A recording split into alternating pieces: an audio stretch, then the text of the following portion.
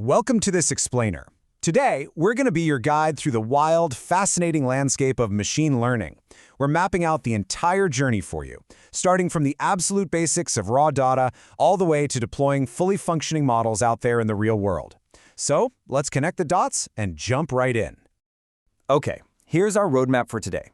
We'll start by defining machine learning, explore the core learning types, and break down the ML pipeline.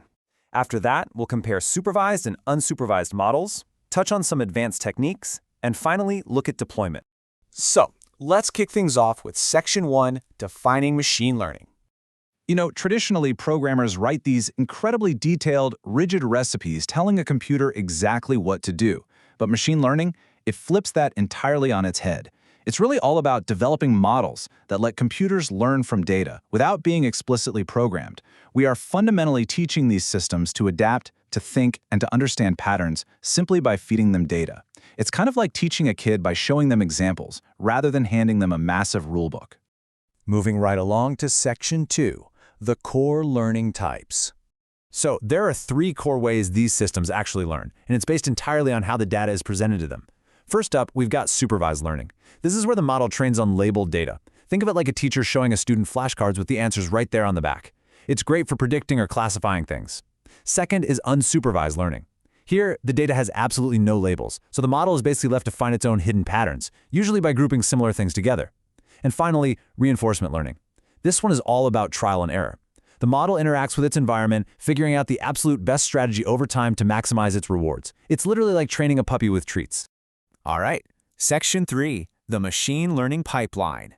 Now, before any algorithm can work its magic, you've got to build the foundation. This pipeline is absolutely mandatory. You simply cannot build a reliable model without first running through these three steps. Step 1 is pre-processing, which is just preparing your raw data. Step 2 is exploratory data analysis, or EDA. This is where you get to play detective and uncover hidden insights. And Step 3 is evaluation, where you rigorously test your model to make sure it actually works the way you want it to. Let's zoom in on pre-processing for a second. Think of it this way.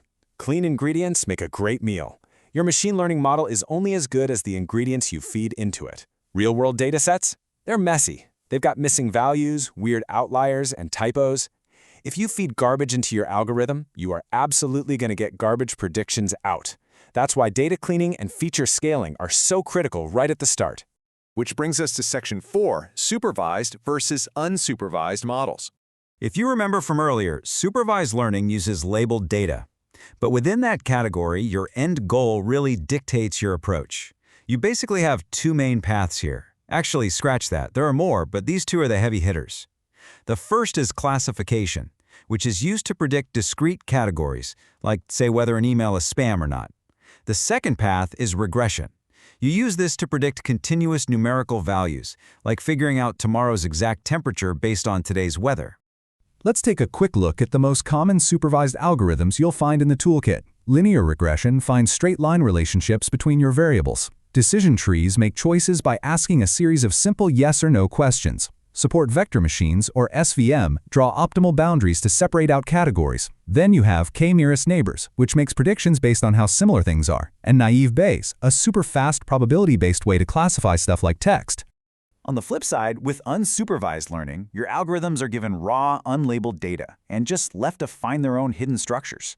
A really major category here is clustering, which automatically groups similar data points together. This is super useful for things like customer segmentation.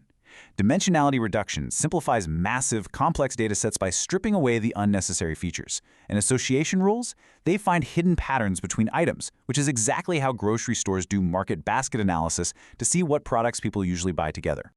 Up next, Section 5, advanced learning techniques. Sometimes, a single simple algorithm just isn't enough to get the job done accurately. Enter ensemble learning. This is the brilliant idea of combining multiple, simpler models into one much smarter overarching system. The two main flavors you'll see are bagging and boosting.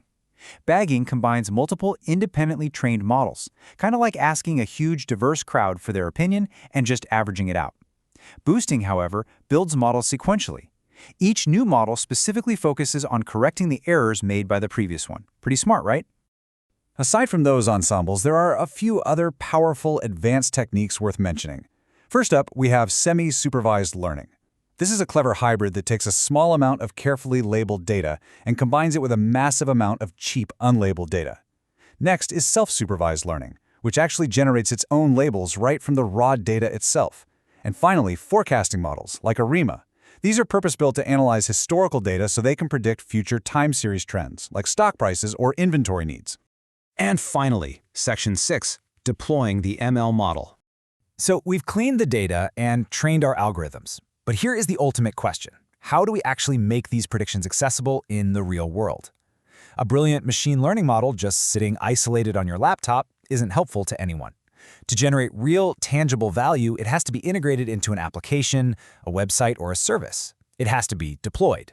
Luckily, there are several amazing tools that make real-world deployment happen.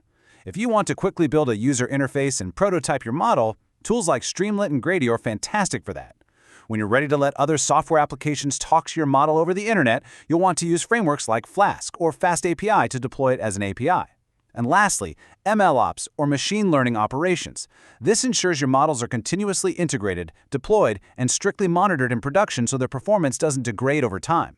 So the entire map is now laid out before you. You understand that it starts with the crucial step of data cleaning, moves through choosing supervised or unsupervised algorithms, leverages advanced ensemble techniques, and ends with deploying APIs via MLOps. The tools are out there, and the concepts are clear. So my final question to you is, with all this knowledge, what are you going to build first? Thank you so much for joining me on this explainer. Keep learning, keep exploring, and I'll catch you next time.